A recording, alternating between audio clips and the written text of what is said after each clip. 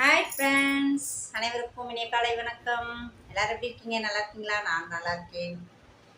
நேற்று நம்ம என்ன நடந்தது அப்படின்னா, நாங்கள் அவங்க வீட்டில் சொல்லாமல் கொள்ளாமல் நானும் எங்கள் அக்காவும் அங்கே இருந்து எங்கள் அம்மாட்ட வர்றதுக்கு பிளான் பண்ணிட்டோம். வர்றமா வரலையா அப்படின்றதோட நான் முடிச்சிருந்தேன். சரி வாங்க ஃப்ரெண்ட்ஸ், இன்னைக்கு அதோட தொடர்ச்சியை நம்ம பார்க்கலாம். வீடியோக்குள்ளே போகலாமா? வாங்க ஃப்ரெண்ட்ஸ், வீடியோக்குள்ளே போகலாம். சரி, நாங்கள் பிளான் பண்ணியாச்சு, கிளம்பிட்டோம். எங்கள் அக்காவும் நானும் நைட்டாக கிளம்பியாச்சு. பார்த்தீங்கன்னா அவங்க எப்பன்னா காலையில் தான் அவங்களுக்கு தெரிய வந்திருக்கு. காலையிலனா ரொம்ப விடிஞ்செல்லாம் கிடையாது, அதிகாலையில் கொஞ்சம் சீக்கிரமாகவே 3 மணியோ 4 மணியோ, அதெல்லாம் சரியாக ஞாபகம் இல்லை. அவங்களுக்கு எப்பயோ தெரிஞ்சு இவங்களுக்கு தகவல் வந்துடுச்சு. அங்கே நாங்கள் தங்கி இருந்தோம்ல, அந்த அம்மாவோட தங்கச்சி தான் தல்லாகுளத்தில் இருக்காங்க. அந்த அம்மா தங்கச்சி தல்லாகுளத்தில் இருக்காங்க. அங்கே தான் எங்கள் பாட்டியும் இருக்காங்க. அப்போயெல்லாம் வசதியான வீட்டுகளில் மட்டுமே ஃபோன் இருக்கும். அது என்னது ஆன்லைன் ஃபோனா என்னன்னு சொல்லுவாங்க, லேண்ட்லைனா, அந்த ஃபோன் இருக்கும். அது கூட சொல்லி தரல. அந்த ஃபோன் இருக்கும். அதில் அவங்க ஃபோன் பண்ணிட்டாங்க. இந்த மாதிரி குட்டியவும் சித்ராவையும் காணோம் அப்படின்னு சொல்லி ஃபோன் பண்ணிட்டாங்க. எனக்கு குட்டின்னு தான் கூப்பிடுவாங்க. ஃபோன் பண்ணிட்டாங்க. இப்போ ஃபோன் பண்ண உடனே இங்கே பார்த்தா தகவல் வந்தோடனே எங்கள் பாட்டி அறக்க பறக்க ஓடியாராங்க எங்கள் அம்மாட்ட சொல்கிறதுக்கு. அவங்க இருக்கிறது ஒரு 2 தெரு தள்ளி இருக்காங்க. எங்கள் அம்மாட்ட சொன்ன உடனே எல்லாரும் இங்கே தேட ஆரம்பிச்சிட்டாங்க. 2 பேருமே சின்ன பிள்ளைங்க, எப்படி வரப்போகுதுங்க என்ன ஏதுன்னு ஒரு படபடப்பு பதட்டம் இருக்கதானே செய்யும். எல்லாருமே படபடப்பாக இருக்கிறாங்க. எங்கள் கோயம்புத்தூர் மதுரைக்கு பஸ் ஸ்டாண்டில் உட்காந்துருக்காங்க எங்களுக்காக. நாங்கள் என்ன பண்ணுறோம் அப்படின்னா கிளம்பி வந்தாச்சு. வந்தால் நிறைய விஷயங்கள் எனக்கு ஞாபகத்தில் இருக்கிற விஷயங்களை மட்டும் சொல்கிறோம். ஒரு இடத்துல நான் பஸ் ஏறி வந்தாச்சு. ஒரு இடத்துல சாப்பிட்றதுக்கு நிப்பாட்டியிருக்காங்க. அந்த இடத்துல நாங்கள் சாப்பிட போகிறோம். ஒரு அண்ணா என்ன பண்ணுறாங்கன்னா எங்கள் கூடயே தான் வர்றாங்க. எங்களை விட கொஞ்சம் பெரியவங்க. அப்போ வந்த உடனே எங்கேருந்து வர்றீங்க, என்ன ஏது அப்படின்னு எங்கள்கிட்ட எங்கள் அக்காட்ட கேட்டுகிட்டே இருக்காங்க.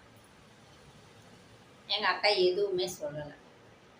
சரின்னு சொல்லிட்டு அவங்கன்னா எப்படின்னு பார்த்தீங்கன்னா மேரேஜ் ஆகாத பையன் இருப்பாங்கள்ல, அந்த ஸ்டேஜ் தான் அவங்க. அப்போ கூட்டிகிட்டு அவங்க எங்கள் கூடயே தான் வர்றாங்க. நாங்கள் ஹோட்டலில் போய் சாப்பிட்றோம், அங்கேயே தான் அவங்களும் வர்றாங்க. தனியாக தான் இருந்தாங்க. தனியாக இருந்தவங்க சாப்பிட்றாங்க. சேர்ந்து இப்படியே வரோம். எனக்கு அவரை பார்த்தோன்னே ஒரு பயம் வேறு. எங்கே இவர் நம்மளை கடத்தி கொண்டு வருவாரோ அப்படின்ற பயம் எனக்கு. அப்படி பயந்துக்கிட்டே இருக்கேன் அந்த அண்ணாவை பார்க்கும்போதெல்லாம். பார்த்தீங்கன்னா ஒரு வழியாக சாப்பிட்டாச்சு, எல்லாம் முடிச்சு நாங்கள் இங்கே பஸ் ஸ்டாண்டு அங்கே இறங்கும்போது பார்த்திங்கன்னா நல்ல விடிஞ்சிருச்சு. விடிஞ்சோடனே பார்த்தீங்கன்னா எங்கள் அம்மா, எங்கள் அப்பா எல்லோரும் நிற்கிறாங்க. எங்கள் பாட்டி, எங்கள் பெரியம்மா, எங்கள் அப்பாவோட அண்ணன் ஒய்ஃபு பார்த்தீங்கன்னா கேன்னு நிற்கிது கூட்டம். பார்த்த உடனே எங்களுக்கு பக்குன்னு ஆயிடுச்சு ஃப்ரெண்ட்ஸ். பஸ்ஸை விட்டு கீழே இறங்கவே மனசில் ஒரே பயம், அடி வெளுத்து போடுவாங்க அப்படின்னு சொல்லிட்டு பயந்துக்கிட்டு பஸ்ஸுக்குள்ளேருந்து இறக்கவே நடுங்குறோம். கடந்து 2 பேரும் இப்படியே நடுங்குறோம். பார்த்தா அப்படியே அடி அங்கனையே போட்டாக்க பார்க்கணும். ஆத்தி சரியான அடி எங்களுக்கு 2 பேருக்கும். அடியான அடி இல்லை, அடியான அடி அடித்து வீட்டுக்கு கூட்டிகிட்டு வந்துட்டாங்க. வீட்டுக்கு கூட்டிட்டு வந்தா எங்கள் அம்மா வீட்டுக்கு விடலை எங்களை. அடி வெளுன்னு வெளுத்து விட்டாங்க பார்த்துக்கோங்க. பார்த்தீங்கன்னா நாங்கள் காசு இதெல்லாம் கொண்டு வந்திருந்தோம்மா, அந்த காசையும் எங்கள்கிட்ட பிடிங்கிட்டாங்க. உடனே பிடிங்கிட்டாங்க. அதை கூட எங்கிட்ட கொடுக்கல. சரின்னு சொல்லிட்டு இப்படியே சேர்ந்தாச்சு ஃப்ரெண்ட்ஸ் வீட்டில் ஒரு வழியாக. அதுக்கப்புறம் பார்த்தீங்கன்னா எங்கள் அப்பாவுக்கும் அம்மாவுக்கும் ஒரே ஃபைட்டு. இது நடந்து கொஞ்ச நாள் கழிச்சு அடிக்க ஒரு தடவை சண்டை வந்துக்கிட்டே இருக்கும். எதுக்காக அப்படின்னா எங்கள் அப்பா டென்ஷன் தண்ணி அடிப்பாங்க.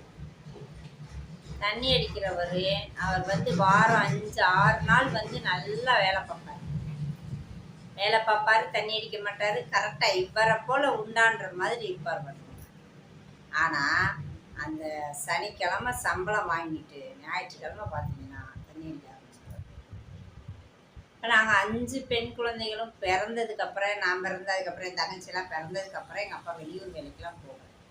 என்ன வேலை பார்த்தாங்கன்னா பைண்டிங் ஆஃபீஸில் வேலை பார்த்தாங்க. அப்போ அவங்க வந்து சனிக்கிழமை சம்பளம் கொடுப்பாங்க, ஞாயிற்றுக்கிழமை லீவு. இப்போ என்ன பண்ணுவாருன்னா சனிக்கிழமை சம்பளம் வாங்குறதுல எங்கள் அம்மாவுக்கு வீட்டுக்கு கொடுத்துட்டு மிச்சத்தை பூரா அவர் தண்ணி அடிக்கிற வேலை. இப்போ இதை வச்சு வீட்டுக்குள்ளே சரியான பிரச்சனை, சண்டை போடுவாங்க. நாங்கள் எல்லா பேருமே சின்ன பிள்ளையில இருப்போம். அப்படியே வெளியில் வந்து வாசலில் நின்று அழுது கத்ததான் செய்வோமே வெளியே கூட போய் விழுகணும். இப்போ உள்ள பிள்ளைங்களாம் நான் பார்க்குறேன், ரொம்ப விவரமாக இருக்குதுங்க. அம்மாவை அடித்தா உடனே அழுகுறாங்க, உள்ளே போய் விழுகுறாங்க. இந்த மாதிரிலாம் நாங்களாம் இல்லை. நாங்கள் 5 பேர் அப்படியே வெளியே நின்று அழுவோம். எங்கள் அம்மா அடி வாங்குவாங்க, நாங்கள் இங்கே அழுதுகிட்டு இருக்கோம். உள்ளே ஊடையெல்லாம் போக மாட்டோம், பயந்துக்கிட்டு 2 பேர் எங்கள் அப்பாவுக்கு பயந்துகிட்டே வெளியே நின்று. இப்படியே பிரச்சனைகள் போகும்போது எங்கள் அம்மா என்ன பண்ணிட்டாங்கன்னா அவங்க அம்மா வீட்டுக்கு போயிட்டாங்க. அதாவது எங்கள் பாட்டி வீட்டுக்கு கோச்சிட்டு போகிறாங்கல்ல, அந்த மாதிரி போயிட்டாங்க. போன உடனே அவங்க போகும்போது என்ன பண்ணாங்க அப்படின்னா 2 பேர் எங்கள் அக்காவங்களை மட்டும் கூட்டிகிட்டு எங்கள் அம்மா போயிட்டாங்க. நாங்கள் 3 பேர் எங்கள் அப்பாட்ட இருக்கோம். எங்கள் அப்பா என்ன பண்ணுவார், எங்கள் பாட்டி வீடு கொஞ்சம் தூரத்தில் இருக்கும்போது எங்கள் 3 பேரையும் போகணும்னு சொல்லி அது வரையும் கூட்டிகிட்டு வருவார். கூட்டிட்டு வந்து அந்த இடத்துல நின்றுக்கிட்டு அதாவது அந்த வீடு தான் அவங்க பாட்டி வீடு, போங்க அப்படின்னு சொல்லி கத்திக்கிட்டு வருவார். சரின்னு சொல்லிட்டு போவோம். போனோம்னா அங்கே எங்கள் அம்மாவோட அம்மா இருப்பாங்க பாட்டி, அதை என்ன பண்ணோம், அதுக்கு மேலே அந்த பாட்டி விரட்டி விடும். போங்கடி உங்கள் அப்பன்ட்டே போங்கடி அப்படிம்பாங்க. இங்கிட்டு போவோமா நாங்கள் அல்லாடுவோம். எங்கிட்டு போகிறேன்னே தெரியும். எங்கள் அப்பா இங்கேருந்து அம்மாட்ட போங்கன்னு பற்றி விடுவார். அவங்க என்ன செய்வாங்க, உங்கள் அப்பாட்டே போங்க அப்படின்னு சொல்லி எங்கள் பாட்டி எங்களை பற்றி விடுச்சு. இப்படியே அலக்கழிச்சுக்கிட்டே இவங்களுக்குள்ள சண்டையினால எங்களுக்கு நிம்மதி இல்லை, பசங்களுக்கு இப்படியே போயிடுச்சு.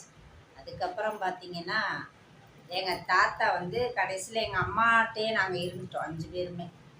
எங்கள் அப்பா வந்து அவர் வீட்டுக்கு போயிட்டார், தலாவத்துக்கு போயிட்டார். எங்கள் அம்மா இருக்கிறது வந்து வடக்கு மாசி அங்கே போயிட்டாங்க.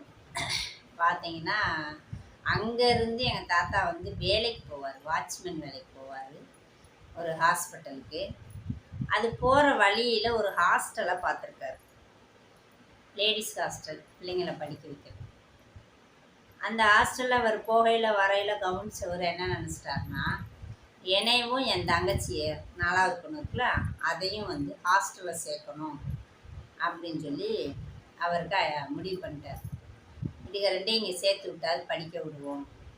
அம்மா இங்கேயும் அங்கேயும் அலையுதுங்க, படிக்கவும் இல்லை, சண்டையாக வருது, பேசாமல் ஸ்கூலில் ஹாஸ்டலில் சேர்த்து விடுவோம் அப்படின்னு எங்கள் தாத்தா முடிவு பண்ணிட்டார். பார்த்தீங்கன்னா எங்கள் அம்மாட்டி வந்து சொல்லியிருப்பார் போல். எனக்கு எப்போ எந்த விஷயம் ஞாபகம் இருக்குன்னு பார்த்தீங்கன்னா ஹாஸ்டலில் கொண்டு போய் என்னை சேர்க்குறாங்க. சேர்க்கும்போது அங்கே வந்து பாரம் மெட்ராஸ் போயிட்டு வருமா. அந்த பாரத்தில் பார்த்தீங்கன்னா 2 பாரம் எழுதுனாங்க எனக்கும் என் தங்கச்சி. அதில் வந்து மலர்னே 2 பாரத்துலேயும் வந்துடுச்சு. அப்போ 2 பேருக்கு அலாட்டால் மலர்ன்ற பொண்ணுக்கு மட்டும்தான் ஹாஸ்டலில் அலாட் இருக்குது அப்படின்னு சொல்லிட்டாங்க. அப்போ என்ன பண்ணிட்டாரு, எங்கள் தாத்தா தான் என்னை கூட்டிகிட்டு போகிறாரு.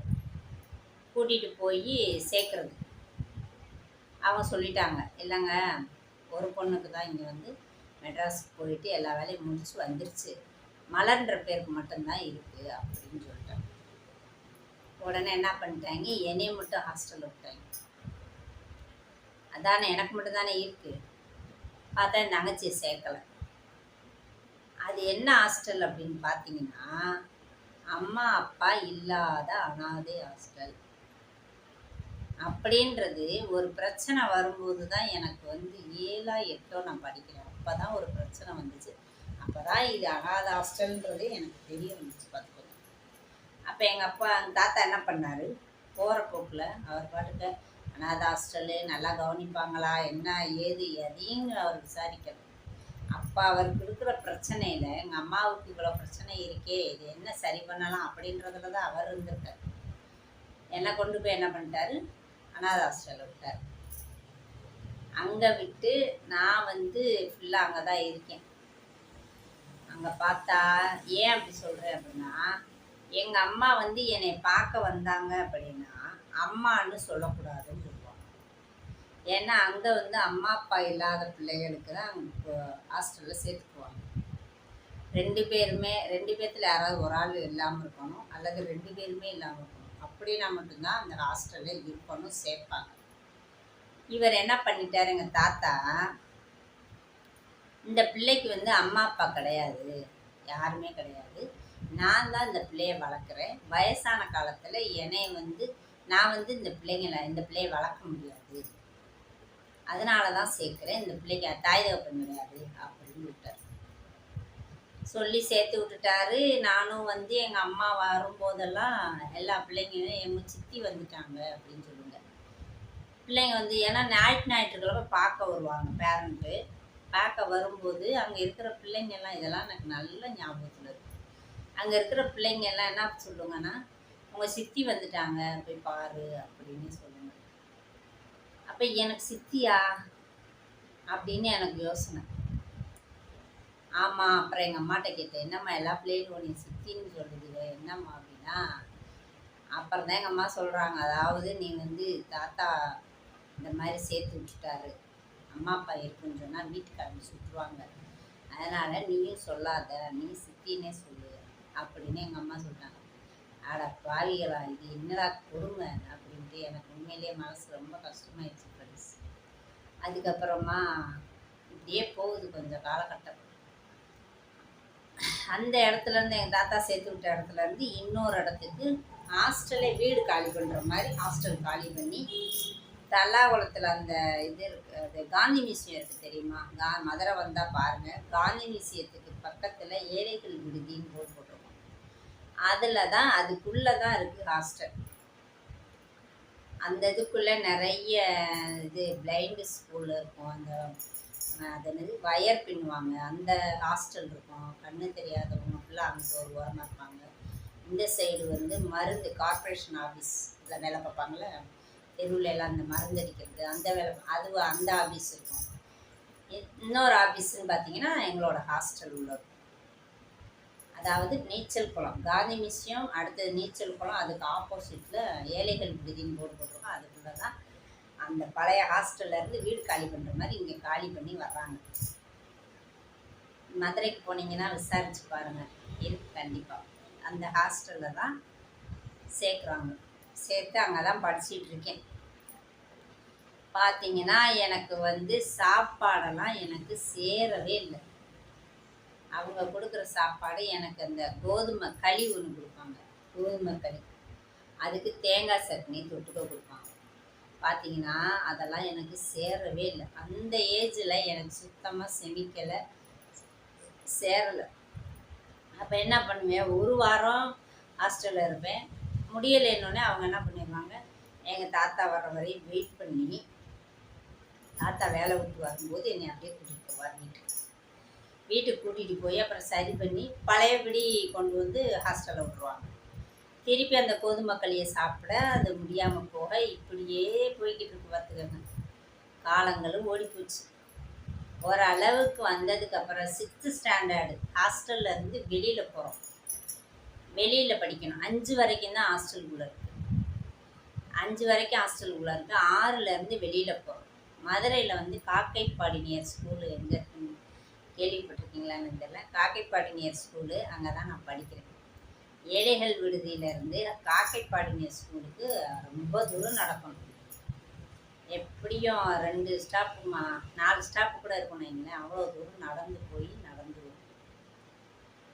ஓகே ஃப்ரெண்ட்ஸ், மீண்டும் நம்ம நாளைக்கு தொடர்ச்சியாக நம்ம மலரக்காவோட வாழ்க்கை வரலாறு எப்படின்றத நாளைக்கு பார்க்கலாமா?